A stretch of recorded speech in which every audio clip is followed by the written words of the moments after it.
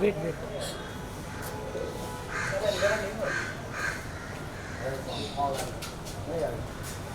Hello. आप कैसे हो? इतने टाइम बाद मिले। गाँव गया था। मैं हैदराबाद में थी।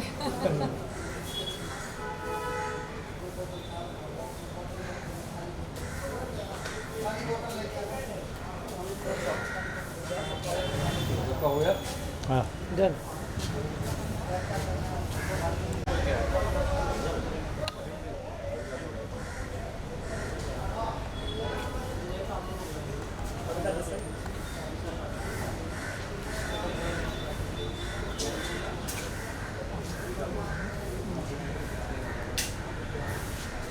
चलो भाई, छोटी सी उम्र।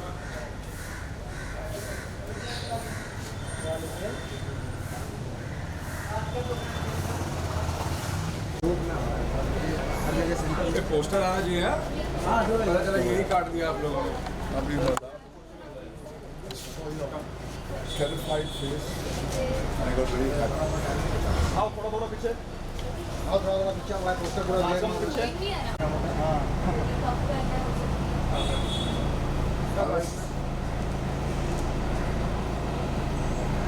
तुम लोग फ्लैश ही नहीं हो रहा यार। Sir video sir. लाइट है ना, लाइट है। बातें फ्लैश की। हो गया? चल। ज़ाला।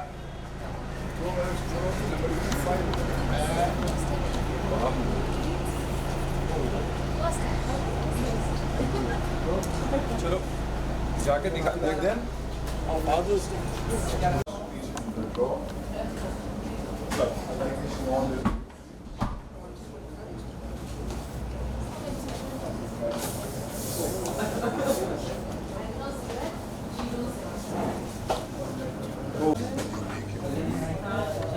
And then we are trying to get and you call us. हाँ, मस्त लग रही है। गर्मी नहीं हो रही मुझे। I actually thought of wearing something. Usually yes, I will.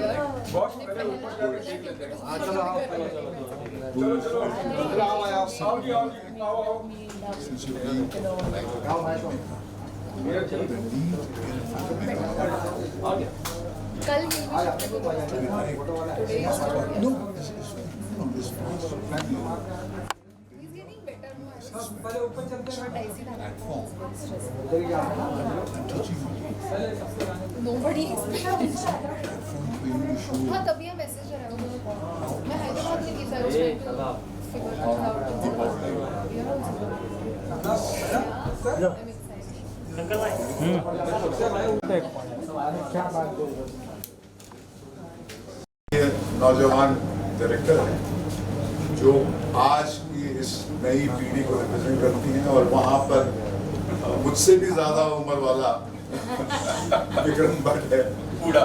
तो मैं अक्सर ये कहता हूँ कि मैं 54 इयर्स से इस पेशे में हूँ और ये 35 साल से है। तो मिल मिला के हम लोग 90 साल की जो मेमोरीज है और हमारे अनुभव को लेकर आए हैं और बच्चों के हाथ में हमने अपनी जो सोच जो है सौंप दी है। और ये आज के दौर में आज की मौजूदा ऑडियंस की ज़रूरतों को महसूस कर उनके मीडियम में उनसे मुखातिब हो रहे हैं। तो ये अपने आप में एक बहुत बड़ी उपलब्धि है क्योंकि कोविड के बाद में एक so called non star cast टेंपोल फिल्म को यहाँ तक लाना, सिनेमा हॉल तक पहुँचाना, वो सिर्फ हिंदी ज़बान में नहीं तमिल में और तेलुगु में अपने आप में ये विक्रम की एक बहुत बड़ी जीत है जिसके लिए मैं अक्सर अकेले में इसकी बहुत भी करता पाता हूँ। मगर ये बहुत बहुत ज़रूरी है कि आज की तारीख में आप लोग तो मौजूदा हालात से वाकिफ़ हैं, तो इसमें ये बनाकर आपके सामने ये पेश करना और फिर आपसे ये तालियां सुनना, इसमें इसको महसूस करके ही मेरा पेट भर गया बस। और बाकी फिल्म के बारे में और उसके मेकिंग के बारे में राइटली सवाल कृष्णा जी से पूछना चाहिए। एक्टिंग के बारे में जो है हमारी जो की प्रोटैगनिस्ट है इनसे पूछना चाहिए भैया जी से। और बाकी जो है ये एक टेक्निकल लीप इन्होंने जो लिया है कोविड के टाइम पर, बोलते हैं ना कि बहुत बुरे वक्त में ही बहुत कमाल का खजाना हासिल होता है। तो ये इस बच्चे की मैं तारीफ जितनी करूँ कम है कि इसने कोविड के वक्त में हथियार नहीं फेंके मगर बहुत एक साधना की है और एक नई टेक्नोलॉजी से अपने आप को जोड़ा है और फिर अपने आप को पूरी तरह रेलेवेंट बनाकर उसने ये आपको एक झलक दिखाई है जिसको आप आज नहीं 23 तारीख को देखेंगे। उसके बाद में आपकी वर्डिक्स आंखों पर, मगर हमारा सफ़र यहाँ तक बहुत ही एक एक्साइटिंग रहा, हाँ चैलेंजिंग रहा क्योंकि आसान नहीं था, खास करके इस माहौल में जहाँ पर अकाल पड़ा हुआ है माहौल में कि ऑडियंस आती नहीं है। और ऐसे दौर में एक फिल्म बनाना और फिर सिनेमा तक पहुँचाना ये अपने आप में एक मेजर विक्ट्री है इस मीडियम के। मगर सच बात तो ये है कि 1920 जो अपने आप में एक फ्रेंचाइज है उसके एक बहुत अपने आप में बहुत बड़ा एक स्टार है 1920, तो उसके सहारे के बगैर शायद यहाँ तक हम पहुँच नहीं। कृष्णा अविका जी, अच्छा कृष्णा जी बताइए। कृष्णा आपसे जानना चाहेंगे कि आपके पिता जो है वो खौफ की फिल्मों के बादशाह माने जाते हैं और उन्हीं के संगत में मुझे लगता है कि इस बादशाह की बादशाहत को आगे बढ़ाने के लिए ये राजकुमारी अब आ चुकी है। खौफ की वापसी को लेकर कैसे इंटरेस्ट जागा और इस फिल्म के बारे में आपने सोचा, कुछ इस बारे में बताइए। आई थिंक कितना चैलेंजिंग था। Challenging of course. So I think because Dad is the king of horror, तो when Dad and Mahesh uncle said कि आपको बनानी चाहिए 1920, I was kind of scared कि वैसे भी I will be compared to Vikram Bhatt and now I will be compared to Vikram Bhatt even more. But when we wrote the story, I felt I could make it. And I think when you see the product, it gives me, and when you all clapped, मुझे ऐसा लगा कि I kind of succeeded in making my father proud, which was really important to me. So I think कि in 10 minutes if they felt that I could reach my dad's level, तो I hope कि on the 23rd of June everyone applauds me more than they applaud Dad in horror. Avika जी क्योंकि आप जब आप अपने आप को इस तरह से इस लुक में, भूतिया लुक में देखती हैं एंड इतनी खूबसूरत आप हमें यहाँ पर दिखाई दे रही है, तब क्या आपका रिएक्शन होता है जब मतलब इस फिल्म की बात कर रहा हूँ, जब आप अपने आप को चेहरे मेकअप में एंड जब देखती हैं शूटिंग के टाइम ये नहीं है भूतिया पिक्चर में, वो दूसरी लड़की है। पोपट हो गया। How scary it was for you because you know बहुत सारी चीजें सामने देखना, रातों की नींद हराम हुई है आपकी। और क्या चैलेंजेस आपने फेस किए थे while shooting and Mahesh sir के साथ पहली बार काम कर रहे हो, हॉरर जॉनर में फर्स्ट टाइम ही कर रहे हो, तो आपको अभी भी बालिका वधू की आनंदी वही देखने को आता है, बट आप आके आप अपना एक अलग एक रूप दिखा रहे हो, आपके एक्टिंग एक दिखा रहे हो, तो वो चैलेंजिंग कैसे था? एंड हॉरर फिल्म करना इज ऑब्वियसली नॉट इजी क्योंकि आप उस दौर में रहते हो, तो ये सब प्रोसेस कैसे?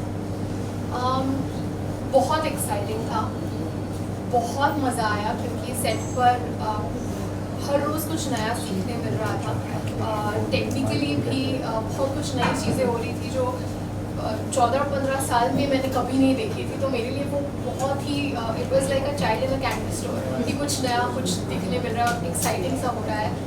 सो बहुत ज़्यादा मज़ा आया पूरे प्रोसेस में। और रही बात स्पेसिफिकली एक हॉरर फिल्म का पार्ट होना, मैंने एक हॉरर कॉमेडी की है लेकिन this is not even close, क्योंकि जब सीरियस हॉरर होता है वो एक सेट का माहौल बहुत डिफरेंट होता है, वो सीन्स बहुत डिफरेंट होते हैं, तो मेरे लिए ये सब कुछ बहुत नया था। And when it comes to talking about this opportunity that I got, इन सब के साथ काम करने का मौका, आई थिंक इससे बेहतर film as a performer, as an actor मुझे नहीं मिल सकता था, क्योंकि ये इसमें मैंने बहुत कुछ वेरिएशंस किए हैं। As an actor I think ये बहुत बड़ा चैलेंज होता है कि आपको एक ऐसा किरदार मिले जिसमें आपको मौका मिले ये करने का। And I think it is a blessing कि मुझे ये चांस मिला। विक्रम सर, आपसे मेरा सवाल है, जब भी हम बात होती है हॉरर की तो आपका जॉनर एकदम अलग हटके है, वो सीन्स आपको बिल्कुल क्लियर होते हैं कि किस सीन पे लोग झटका खाएंगे और डरेंगे, इतने सालों से आप सर कर रहे हैं, तो कोई ऐसे टिप्स थे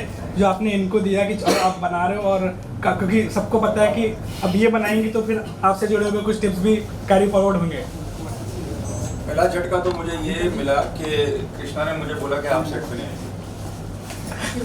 बड़ा झटका लगा मुझे। फिर मैं चोरी छुपे नेक्स्ट स्टूडियो में मेरी शूटिंग चल रही थी, तो कभी कभी जाता था,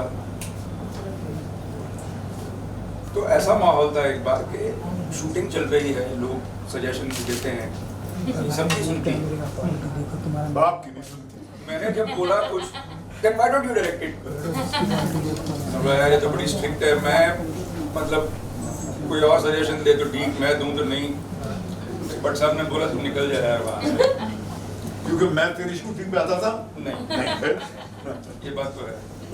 तो फिर मैं निकल गया वहाँ से, मगर कुल मिला के मुझे लगता है कि ये सारा जो शूट किया है वो, देखो कृष्णा की जो हॉरर की समझ है वो मेरे सेट पे रही है। वांटेड 3D जब बन रही थी तब से मेरी असिस्टेंट रही है।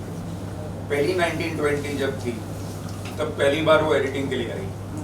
मुझे याद है कि वो पहली 1920 में एक सीन था जब वो अदा शर्मा जो है वो बिल्ली खाती है, तो वो बिल्ली खाने का आवाज़ करना था, तो ये बड़ी एक्साइट होगी, पापा how are you going to do it. तो वो तरबूज था, वाटरमेलन, उसको खाने का साउंड बना रहा था। मुझे अभी भी याद है वहाँ स्टूल पे बैठे बैठे देख रही थी कि उसकी आंखों में साफ था उस दिन कि एक दिन ना मैं भी ऐसा करने वाली हूँ, और आज वो दिन आ गया है। तो एक 1920 से दूसरे 1920 तक का एक लंबा सफ़र है जो कृष्णा ने तय किया है मैंने, और उसकी हॉरर की समझ मेरी हॉरर की समझ से काफ़ी अलग है। तो भले ही साल 1920 है लेकिन पिक्चर बड़ी अलग सी। विक्रम सर, महेश सर आपके लिए भी मेरी एज अ दर्शक थोड़ी सी अंडरस्टैंडिंग है जॉनर की, क्या थी normally obviously to get the family audience और फिर उसे एक UA सर्टिफिकेशन लाना, क्योंकि आई थिंक ज़्यादातर हॉरर फिल्मों को A सर्टिफिकेट दिया जाता है, जिसके कारण फिर वो इवनिंग शोज़ करते हैं और लोग रात को भूत की फिल्म देखना डरते हैं। तो इस चीज़ पे कुछ कहेंगे कि मतलब वो बैलेंस लाना बहुत कितना मुश्किल रहता है? देखिए, एक तो कहानी के अनोखी बात यह है कि एक फैमिली ड्रामा में एक हॉरर का ईडियम जो है हमने पिरोया है, और ये अपने आप में एक मेजर डिपार्चर है, क्योंकि हम दोनों की एक बहुत बड़ी जीत हुई थी जब हमने राज बनाई थी 2000 की शुरुआत में। उसके बाद में इन्होंने राज 3 में भी बॉक्स ऑफिस में तहलका मचाया था। तो वो कहीं पर लव स्टोरी जो है वो एक फंडामेंटल नैरेटिव आट रही थी। ये एक फैमिली के ड्रामा के बीच में हमने ये कहानी कही है। ऐसा लगता है जो लोग देखते हैं कि ये हमारे घरों की कहानी है, क्योंकि इसमें कैरेक्टर्स हैं, माँ है, बाप है, मरूम बाप है, सौतेला बाप है, बहन है, और उसके बीच में एक सौतेली आती है, मगर वो एक अलग मकसद से आती है, और उसकी जो एक नफरत है अपनी माँ को लेकर, वो एक कहानी की एक अनोखी शुरुआत है। तो अपने आप में एक फैमिली ड्रामा है इसके अंदर। वो जब लोग देखते हैं, अब तक हमने जितनी स्क्रीनिंग की है, तो लोग हॉरर का तो है, Vikram is a king of this serial, मगर जब लोग आते हैं यहाँ पर जो पैसा लगा के आए हैं, जो आके इमोशनल होकर तारीफ करते हैं, तो लगता है कि हमसे भी कुछ एक तार छिड़ गया है, जिसके लिए ये बच्ची जिम्मेदार है।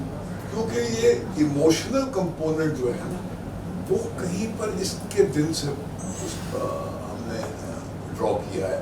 क्योंकि ये जब पूरे हमारे राइटिंग रूम को सुपरवाइज करती थी, तो हम इसकी सेंसिबिलिटी को फॉलो करते हैं। देखिए, बहुत इंपॉर्टेंट बात है ये, और ये कहना चाहूँगा बहुत जिम्मेदारी से, कि रिवर्स मेंटरिंग का दौर शुरू हो गया है।